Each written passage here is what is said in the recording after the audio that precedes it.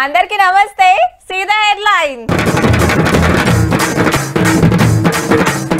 పట్నంలా మళ్ళా దంచుడే దంచుడు, ఉతార్లున్న ఏరియాలు మునుగుడు.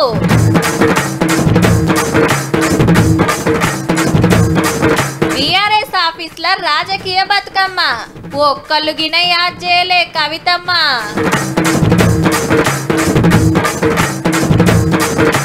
సిటీల ట్రాఫిక్ తగ్గిస్తానికి మీటింగ్, రూల్స్ చక్కగా పాటిస్తలేరట పబ్లిక్. అసెంబ్లీకి వైసీపీ ఎమ్మెల్యేల డుమ్మా, జీఎస్టీ తగ్గిస్తే అవుతుందట ఫాయిదా.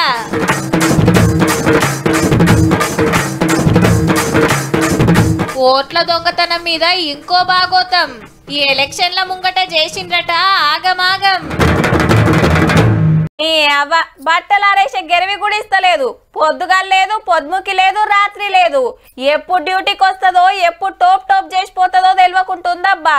ఏమన్నా గాని ఇంట్లోకెళ్ళి బయటికి వెళ్తున్నామంటే ఆనకోటో చెత్రో పట్టుకపోయింది నయ్యం, లేకుంటే ఏదో యాళ్లకు తడుచుడు పక్కా సుమా. గీ టైంలో పోరలను ఇండ్లకెళ్ళి బయటికి రానియకుండ్రి జరా, పరిస్థితి ఎప్పుడు ఎట్లుంటుందో తెలియకుంటుంది మరి.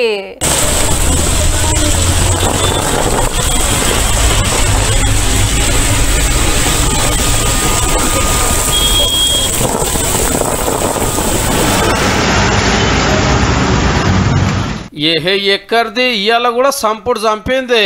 మా పట్టీలు అందుకొని ఒక కొట్టుడు కాదు, చూస్తుండగానే రోడ్ల మీద కాలువలు వారినాయి. రాత్రి పడ్డానికే సిటీ అంతా చిత్తడి ఆయే.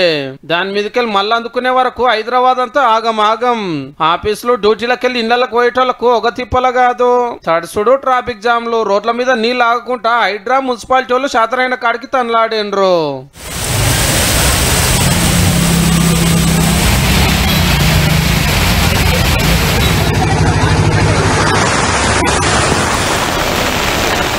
ఇక బుధవారం రాత్రి పడ్డానకు నల్లకుంట నీళ్లకుంట అయింది. శ్రీరామ్ నగర్ బస్తీలో ఇండ్లు మునిగినాయి. వరద ఇంట్లోకి రావద్దని గడమకాడ గోడ కట్టినా ఆగాలే. షాన్ ఇండ్ల నీళ్లే సగలం తెలరాయినాయి. అగో బైకులు ఎట్లా మునిగినాయో, పిలేట్ల మందుగోళీలు పట్టుకొని అటు ఇటు తిరుగుతున్నది అవ్వా. మోటార్లు పెట్టి తోడినా వరద తగ్గటానికి మస్తు టైం పట్టింది. కరెంట్ షాక్ కొడుతుంది. ఎగ్జామ్ ఉంది అయినా పంపించలేదన్న. 6 గల్లీలలో కూడా ఇదే పరిస్థితి. 140 కుటుంబాలు ఈ వాటర్ తోని ఇబ్బంది పడుతున్నారు. నైట్ అంతా నిద్ర లేదు, పిల్లలకు దోమలు ఈ నీళ్ళతోని ఎవరు పట్టించుకుంటలేరు. ఇల్లు మొత్తం నిండిపోయినాయి. క్లీన్ చేసినాం, రాత్రి 2:30 వరకు క్లీన్ చేసుకున్నాం మేము. నీళ్ళు అసలు లేవు. చిన్న పిల్లలు ఉన్న వాళ్ళకి కష్టమవుతుంది. మంచి నీళ్ళు కలపండి, అట్టి మోరి నీళ్ళే వస్తున్నాయి. అశోక్ నగర్ లో బైక్ మీద ఉన్న ఒకరు కొట్టుకపోతుంటే పబ్లిక్ చూసి కాపాడినరు. గాంధీనగర్ లో వరదలు వారి ఒక బండిని ఒక్కపోయింది. వారాసి కూడా కృష్ణానగర్ గట్లనే అవుతుంటే యువతలకు గుంజేసిరు చూసిన వాళ్ళు. ఒక పుస్తకాల షాప్ టోప్ అయితే సఫాయిలకు ఇస్తే గిట్లా అరబెట్టిండ్రు. బడి పిల్లలు పోటీ పరీక్షలకు చదివేటోళ్ళు తీసుకున్నారు.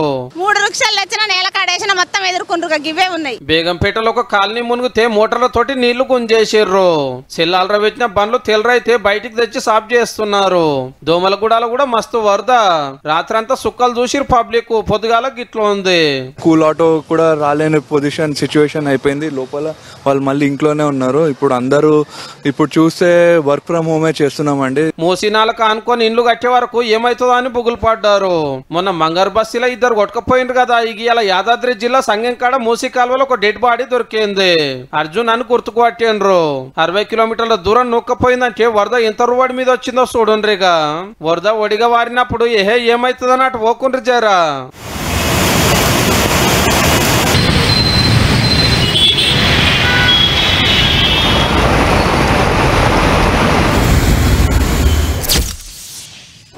బతుకమ్మ సంబరాలు అప్పుడే చాలైనాయి అబ్బా. పబ్లిక్ ఆడేతానికి జరంత టైం ఉన్నది గాని కళాకారులు కొత్త పాటలు తెచ్చుడు, పార్టీలు పండుగలు చేసుడు నడుస్తూనే ఉన్నది. ఎంగిలి పూలకు 2 రోజులు టైం ఉన్నా కొందరు ముందే పండుగ చేస్తాండ్రు. ఇక సద్దుల బతుకమ్మ రోజు సెలవిస్తుంది సర్కారు. మన పూల జాతర గొప్పతనం గురించి గా 9 రోజులు దినామోటి చెప్పుకుందాం గాని ఇయాల్టి ముచ్చటేందో చూడండి మరి.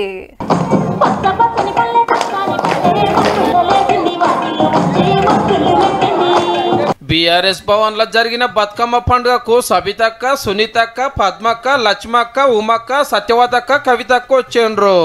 ఉమక్క గారికి, మన కవితక్క గారికి, తర్వాత హో కవితక్క అంటే మాలోతు కవితక్క, కల్వకుట్ల కవితక్క కాదుల్లో. గులాబీ పార్టీలున్న మహిళా లీడర్లు అంతా ఇంతెత్తు బతుకమ్మను తెచ్చి సంబురంగా ఆడుకున్నారు. సర్కారు లేలువాడి మంచిగా లేదని కొత్త పాటలు కైగట్టే. కవితమ్మ లేకుండా బీఆర్ఎస్ ఆఫీస్ లో ఇదే ఫస్ట్ బతుకమ్మ పండుగ కావచ్చు. అంతేకాదు కొత్త రాగం అందుకున్నారు. 60-70 దేశాలలో కూడా బతుకమ్మ ఆడే పరిస్థితి గతంలో గౌరవ కేసీఆర్ గారు తీసుకురావడం జరిగింది. బతుకమ్మ ఆడే సాంప్రదాయాన్ని తీసుకొచ్చిన ఘనత కేసీఆర్ గారిదే. ఈ బతుకమ్మని చాలా గొప్పగా మన సంస్కృతిని చాటి చెప్పిన ఘనత ఖచ్చితంగా కేసీఆర్ గారికే దక్కుతుంది. మన గౌరవ ముఖ్యమంత్రిగా ఉన్నటువంటి కేసీఆర్ గారు దీన్ని స్టేట్ ఫెస్టివల్ గా డిక్లేర్ చేసి ఆడపిల్లల్ని ఆడవాళ్లను గొప్పగా గౌరవించుకున్న నాయకుడు కేసీఆర్ గారు. ఉద్యమం టైంలో గిట్లా జరుగుతుండేనట. అరెస్ట్ చేసినప్పుడు బతుకమ్మను కూడా తీసుకొని పోయేవాళ్ళు, స్టేషన్ లోనే పెట్టి ఆడేవాళ్ళు బతుకమ్మను కూడా. కానీ అప్పుడు పోలీస్ మంత్రి మీరే ఉండే మేడము. ఇందరు అక్క చెల్లెల నడుమున్న దేశపతి సీన్ అన్న మాట గీదే. కంట్రిబ్యూషన్ ఆఫ్ టిఆర్ఎస్ ఏంది అని అంటే ఇది విశ్వవ్యాప్తం. గదన్నట్టు బతుకమ్మ పబ్లిసిటీ తెచ్చింది, దునియా కెరక చేసింది కేసీఆర్ సారి అని బీఆర్ఎస్ పార్టీ వాళ్ళు కొత్త సర్టిఫికేట్ ఇచ్చేండ్రు. ఇన్నేళ్ళు మా కవితక్కనే అన్ని దేశాలకు పట్టుకపోయింది. మా కవితక్క వల్లనే బతుకమ్మకి ఇంత గుర్తింపు వచ్చింది. మా కవితక్క ఆట నేర్పింది, పాట నేర్పింది అనే లెవెల్లో చెప్పేటోళ్ళు. బంగారు తెలంగాణలో బంగారు బతుకమ్మని రోజుకో జిల్లాలో ఆడుతుంటే అక్కపక్కకు అగుపడటానికి మస్తు తిప్పలపడేటోళ్ళు. కానీ ఇప్పుడు పార్టీలకి వెళ్ళిపోవడంతోటి గులాబీ రాగం మారిందన్నట్టు. పండుగ పూట పుట్టింటికి దొలకపోతానికి వస్తాడేమో అని అన్న కోసం చెల్లె పానం ఎంత దొక్కులాడేది చెప్పిండు సీనన్న. తల్లిగారింటి పట్ల ప్రేమ, అన్నం తలుచుకోవడం, వదిన మీద కోపం. మళ్ళీ అక్కడ కూడా చూడండి, అన్న మంచోడే, అన్న వస్తలేడని పాట ఉంటుంది. ఏదో అన్న రమ్మంటే అన్న అనేక సాకులు చెప్తుంటాడు. మా వదిన రాణిస్తలేదు, మా అన్న వస్తలేడు అని మళ్ళీ వదిన మీదే కోపం. అంటే అన్నను అనబుద్ధిగాక అన్న మీద ఉండే ప్రేమ ఉంటుంది. అంత ప్రేమ ఉన్నా కూడా అన్నోళ్ళ ఇంటికి తొవ్వ బంద్ అయింది కాబట్టి బాపు పుట్టిన చింతమడకలో బతుకమ్మ పండుగ చేసుకుంటదట. ఇక వీళ్ళ పార్టీల లెక్క మారింది కానీ పబ్లిక్ అయితే బతుకమ్మ పండుగ అంటే బతుకమ్మ పండుగనే.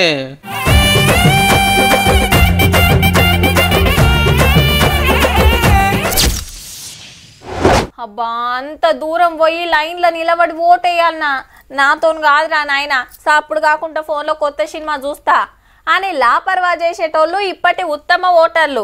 చల్ నా ఓటు ఎట్లా తీసేస్తారు అంటే నేను చచ్చిపోయినా అని జగడం పెట్టుకునేటోళ్ళు పెద్ద మనుషులు. అయ్యో ఎట్లనో ఎగిరిపోయినట్టుంది అని ఆఫీసర్లు అప్పటి మందం బొంకినా వెనకాల కథ ఏరే ఉంటుందటబ్బా. ఎట్లా అంటే ఇగో గిట్లా. రాహుల్ గాంధీ సార్ తగ్గుడే లేదు పో. ఇంకెన్ని సాక్ష్యాలు పట్టుకొచ్చి ఎన్నికల కమిషన్ భాగవతం బయటేసిండు మల్లోపారి. కర్ణాటక అసెంబ్లీ ఎలక్షన్ల ముంగట లిస్టులకెళ్లి తీసేసిన ఓటర్లను ఢిల్లీకి తీసుకొచ్చి మాట్లాడిస్తే మై 12 ఓట్లు పోయినాయి అని చెప్పిండ్రు. 9 లిస్ಟನ್ನ ಡಿಲೀಟ್ ಮಾಡಿದ್ದಾರೆ. ಅದು ಯಾಕಂತ ಇವರು ನನಗೆ ಬಂದು ಕೇಳಿದ್ರು, ನಮ್ಮ ಹೆಸರು ನೀವು ಯಾಕೆ ಡಿಲೀಟ್ ಮಾಡಿದ್ರಿ ಅಂತ. ఈ అవ ఏ దరఖాస్తు పెట్టకున్నా పెట్టినట్టు ఆన్లైన్ లకు ఎక్కించి కొందరు పేర్లు తీసేసిర్రట. ये गोदाबाई जी है, इनके नाम पर 12 वोटर्स डिलीट किए गए, इनको मालूम ही नहीं. నాకు ఓటు అవసరం లేదనో ఇంటోళ్ళు కాలం చేసిండ్రనో ఓటు కొట్టేపించుకునే ఛాన్స్ ఉంటది. అగో దాన్ని వాడుకొని కాంగ్రెస్ కు పడతాయి అనుకునే ఓట్లు క్యాన్సిల్ చేసిండ్రని సార్ చెప్తున్నమాట. అది కూడా ఏరే రాష్ట్రం ఫోన్ నెంబర్లు వాడి దొంగ దరఖాస్తులు పెట్టిర్రట. 12 బూతులలో ఫస్ట్ నెంబర్ ఉన్న ఓట్లే గయాబ్ చేసిర్రట. ఇదేందని కర్ణాటక సిఐడికి వెళ్లి 18 నెలల 18 సార్లు ఢిల్లీలో ఉన్న ఎన్నికల సంఘానికి ఉత్తరాలు పోయినా సప్పులు లేదట. మహారాష్ట్రలో కూడా గిసొంటి కథ నడిచి గా టెక్నిక్ తోటి 6000 కొత్త ఓటర్లను బట్టి ఇచ్చిర్రట. Deletions, Rajora we got additions, but the basic idea is the same. People who are supposed to have added voters don't know that they've added voters. People who've deleted voters don't know that they've deleted voters. దరఖాస్తు పెట్టింది ఓటరేనా కాదా, ఏ నెంబర్కి వెళ్ళి వెబ్సైట్లకు వచ్చిండు, ఏది checking చేసుకోకుండానే ఎన్నికల సంఘానికి తెలియకుండానే ఓట్లు ఎట్లా పోతాయని క్వశ్చన్ చేసిండు. సార్ ఇప్పుడు చూపించిందంతా తోక పటాకేనట. ఓటు చోరు మీద అసలు బాంబు ముంగట్నే ఉన్నదట. లేలే అంత జూటా ముచ్చట, ఆన్లైన్ లో ఓట్లు తీసేయలే, అంత రూల్స్ ప్రకారమే నడుస్తున్నామని ఎన్నికల సంఘం చెప్పింది. కానీ సారేమో సాక్ష్యాలు చూపియబట్టే.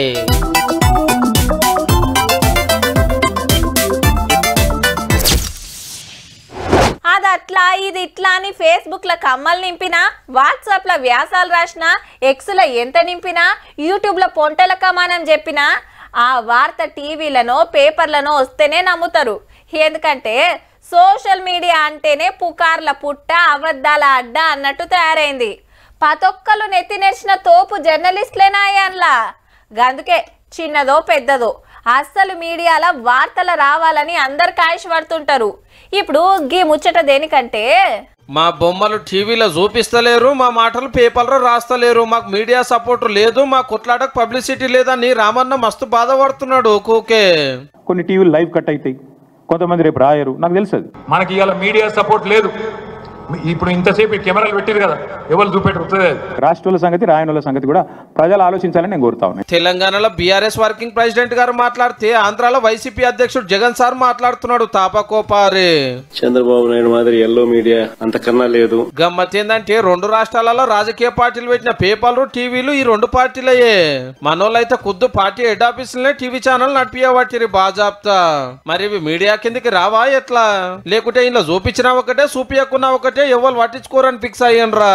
ఈడొక ముచ్చట చెప్పాలి. కవితక్క కాళేశ్వరం అవినీతి భాగోతం బయటేసినాడు. 10 ఒక్కలు రాస్తే ఇలా టీవీలో ఆమె బొమ్మనే కనబడలేదు, మర్నాడు పేపర్లో అచ్చరం ముక్కకు పడలే. రామన్న యూట్యూబ్ మేనేజ్ చేసి మెయిన్ స్ట్రీమ్ మీడియా మేనేజ్ చేస్తాడు అంతే. కానీ మీరు పవర్లు ఉన్నప్పుడు మీకు భజన చేసిన వాళ్ళకే 100 కోట్ల సర్కార్ అడ్వర్టైజ్మెంట్లు ఇచ్చి ప్రశ్నించిన మీడియాను బాజాప్తా బ్యాన్ చేసి అధికారం పోయినాక మీడియా ఎట్లుండాలో శుద్ధులు చెప్పుడే సూపర్ పో.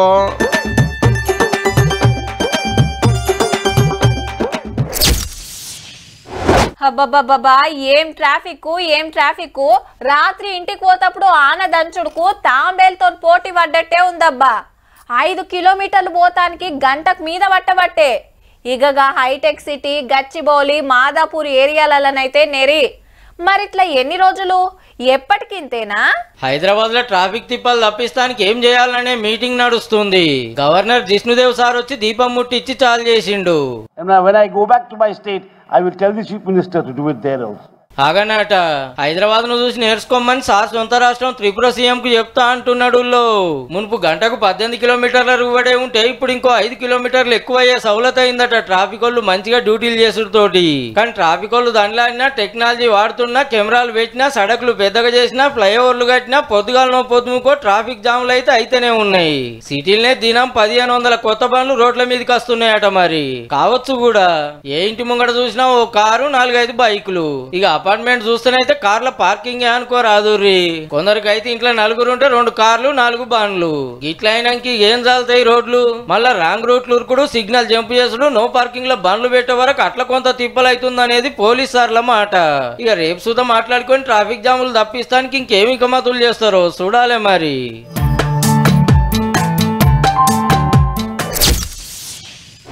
ఆంధ్రప్రదేశ్ అసెంబ్లీ సమావేశాలు ప్రారంభమయ్యాయి. మొత్తం 10 రోజులు సభను నిర్వహించాలని బీఏసీలో నిర్ణయించారు.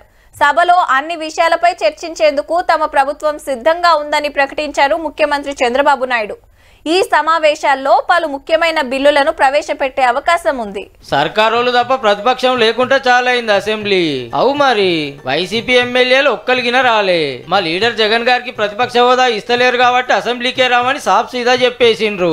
అగో రూల్స్ ప్రకారం నడుస్తుంది, మీరు కోరుకోగానే అయిపోతుందా అనేది సర్కారోళ్ళ మాట. అసెంబ్లీలో 175 సీట్లుంటే వైసీపీ గెలిచింది 11. మరి 18 మంది ఎమ్మెల్యేలు ఉంటే ప్రతిపక్షం హోదా వస్తుందట. అటువంటి జగన్మోహన్ రెడ్డి గారు ఇక్కడ ఇప్పుడైనా ఇది తెలుసుకునే దానికైనా రావాలి అధ్యక్ష. ఇక టీడీపీ, బీజేపీ, జనసేన ఎమ్మెల్యేలు క్వశ్చన్లు అడుగుడు, ఆ పార్టీ మంత్రులే సమాధానాలు చెప్పుడు నడిచింది. ఉన్నటువంటి ఆటోల మీద, టాక్సీల మీద, మోటార్ సైకిల్ 2 వీలర్స్ మీద ఉన్న ఫైన్లన్నింటినీ క్లోజ్ చేయమని అడుగుతున్నాం అధ్యక్ష. జగన్మోహన్ రెడ్డి గారు ఈయన వచ్చి సర్వనాశనం. జగన్మోహన్ రెడ్డి గారు చూడండి, ఇదిగో మీదే ఫోటో, ఎక్కడ చూసినా ఇదే. 2,53,000 ఇళ్లు ఆంధ్ర రాష్ట్రంలో క్యాన్సిల్ చేస్తారు అధ్యక్ష. ఇక స్పీకర్ సార్ గిట్లా అన్నాడు. హీరో ఎవరంటే మంత్రి గారైనా నోట్ చేసుకోవాలి, లేదా అధికారులైనా నోట్ చేసుకోవాలి. ఇక్కడ ఎవరో నోట్ చేసుకున్నట్టు నాకు కనపడలేదు సార్. ఏంటి సాంప్రదాయం ఏంటి? అంతా మా ఎమ్మెల్యేలేనా అని లైట్ తీసుకుంటారో ఏమో మరి. ఇక సెంటర్ వాళ్ళు జిఎస్టీ ట్యాక్స్ తగ్గిస్తున్నారు కదా, దేని రేట్ ఎంత ఉంటుందో పెద్ద టీవీలో వీడియో చూపించుకుంటా చెప్పిండు సీఎం చంద్రన్న. పబ్లిక్ కు మస్తు ఫాయిదా చేస్తున్నారని ప్రధానమంత్రి సార్ ను తారీఫ్ చేసిండు. It will be game changer, don't object. First మీరు వెళ్ళి సపోర్ట్ చేయమని చెప్పిన వ్యక్తి నేనని చెప్పి కూడా నేను ఆ పని చేశాను. కలెక్టర్ అంటే జిల్లాకే పెద్ద. సర్కార్కెళ్ళి ఏ పనులు చేయాలన్నా, గవర్నమెంట్ ఇచ్చే పథకాలు పబ్లిక్ కు అందాలన్నా మొత్తం వాళ్ళ చేతిలోనే ఉంటది. ప్రభుత్వానికి ప్రజలకు నిచ్చెన లెక్క అన్నట్టు. జిల్లాలల్లో జనం తిప్పలు, కష్టాలు అరుచుకునే జిమ్మేదారి వాళ్ళదే. గవర్నమెంట్ ఆఫీసులల్లో ఎవ్వరు చక్కగా పనిచేయకున్నా సస్పెండ్ చేసే పవర్ సుతా ఉంటది. అసొంటిది వాళ్ళే చక్కగా పని చేయకుంటే ఎట్లా?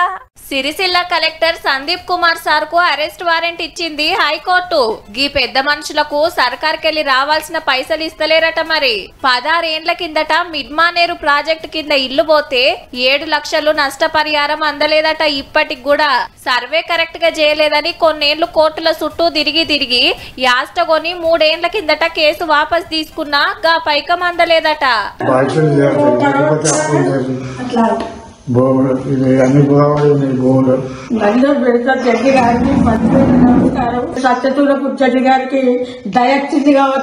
ఇక లాభం లేదని హైకోర్టు పోతే ఎమటే ఇచ్చేయాలని ఆర్డర్ వేసిన కలెక్టర్ గారు లాపర్వా చేసుడుతోటి అరెస్ట్ వారెంట్ ఇచ్చిందన్నట్టు. పెద్ద మనుషులను ఇంకెన్నేళ్లు తిప్పిస్తారు? జర చూడు సారు. ఇక సెప్టెంబర్ 17 నాడు ప్రోటోకాల్ తప్పిండు ఇదే కలెక్టర్ గారు. ప్రభుత్వ విప్ ఆది శ్రీనివాస్ సారు జెండా ఎగరేసినాక గప్పుడొచ్చిండు తీర్వాటం చేసుకొని.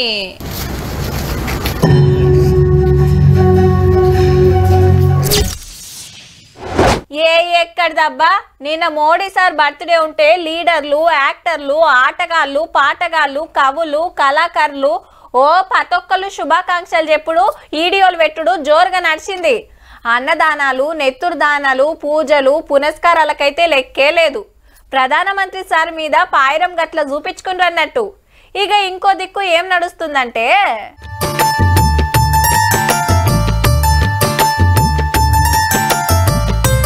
ప్రధాని మోడీ సార్కు వచ్చిన గిఫ్టులు ఇవన్నీ మొత్తం 1300. సారు రాష్ట్రాలకు పోయినప్పుడు, బయట దేశాలకు పోయినప్పుడు వాళ్ళు ఇచ్చినాయి అన్నట్టు. ఇవన్నీ తెచ్చి ఢిల్లీలో national gallery of modern art బంగ్లాలో పెడతారు. మరి ఇప్పుడు ఘాటి ముచ్చటెందుకు అంటారేమో. కాయిషున్నోళ్ళు కొనుక్కోనని అర్రాసు పెడుతుండ్రు. మేమని ఉరికేరు. అర్రాస్ పాట అంతా ఆన్లైన్ లోనే నడుస్తుంది. వెబ్సైట్ లా కావాల్సిన బొమ్మ చూసుకోవాలి, పైకం కట్టాలి, సొంతం చేసుకోవాలి. 1000 రూపాయల నుంచి లక్షల విలువ చేసే దేవుళ్ళ విగ్రహాలు, జీవాల బొమ్మలు, పెయింటింగ్స్ ఇట్లా షార్నే ఉన్నాయి. అట్లా వచ్చిన పైసలు ఏదైనా మంచి కార్యానికి ఆడకం చేస్తారట. ఇదే ఫస్ట్ కాదు. సార్ గిఫ్టులు అర్రాస్ పెట్టుడు ఎప్పటి కాంచెల్లో నడుస్తుంది. దసరా దాకా నడుస్తుంది. మోడీ సారు పట్టుకున్నాయి, ముట్టుకున్నాయి, మాకు కావాలని కాయిషున్నోళ్ళు చూడుండ్రి మరి.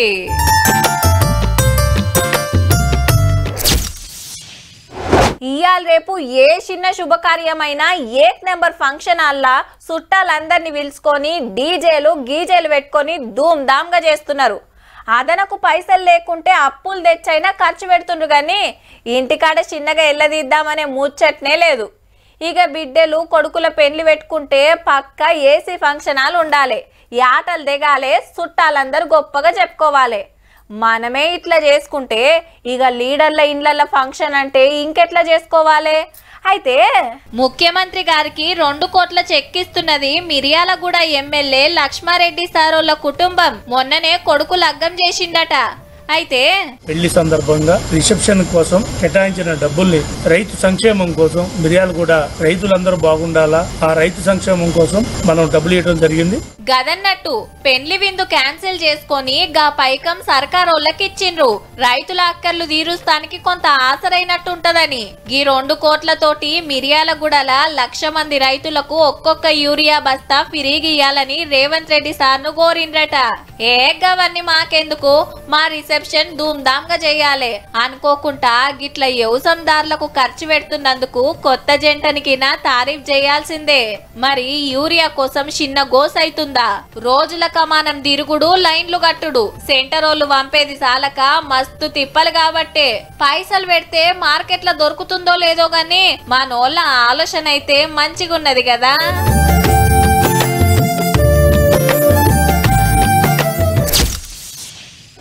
శబరిమల అయ్యప్ప ఆలయం భక్తులతో కిటకిటలాడుతోంది. మండల దీక్ష చేసిన అయ్యప్ప స్వాములతో పాటు వేలాదిగా భక్తులు తరలి వస్తున్నారు. దీంతో శబరిగిరిలో అయ్యప్ప నామస్మరణతో మారుమ్రోగుతున్నాయి. పెద్ద సంఖ్యలో మాలదారులు రావడంతో స్వామివారి దర్శనానికి దాదాపు 10 గంటల సమయం పడుతోంది. సన్నిధానం నుంచి పంబ వరకు అయ్యప్ప భక్తులు క్యూ లైన్లో వేచి ఉన్నారు. ఈ సొంటి వార్తలే చెప్పుకుంటాం. ఇప్పుడేమో గిది చెప్పుకోవాల్సి వచ్చే. గ్రాములు కాదు తులాలు కాదు 4.5 కిలోల బంగారం మాయం చేసిండ్రట శబరిమల అయ్యప్ప గుడి కాడ. ఏం తక్కువ 5 కోట్ల విలువ. స్వామియే శరణమయ్యప్ప అని భక్తులు శరణు కోరుకుంటే స్వామియే స్వర్ణమయ్యప్ప అని పనిమంతులు మోసిర్రు అన్నట్టు. గుడి లోపల ద్వారపాలకులు విగ్రహాలకు రాగిరేకులకు పూసిన బంగారం తాపడం పోతుండే వరకు రిపేర్లు చేపిస్తామని 6 ఏళ్ల కింద మద్రాసుకు తీసుకుపోయినట్టు కంపెనోళ్ళు. చిత్రం ఏందంటే గుడి ట్రస్టులకు కోర్టుకు చెప్పకుండానే ఆఫీసర్లే నడిపించిర్రట కథ. ఇన్నేళ్లకు బయటపడే వరకు బంగారం అట్లెట్లా కొట్టేస్తారని కేరళ హైకోర్టు సీరియస్ అయి ఎంక్వైరీ చేసి నెలాఖరుల రిపోర్ట్ ఇవ్వాలని ఆర్డర్ వేసింది. చూడాలి మరి రిపోర్ట్ వచ్చినాక ఏం తేలుతుందో. బయటికెళ్లి దొంగలు వచ్చి గుళ్ళు దోస్తుంటారు, కానీ గుళ్ళనే దొంగలు మోపైతే ఎట్లా నువ్వులా.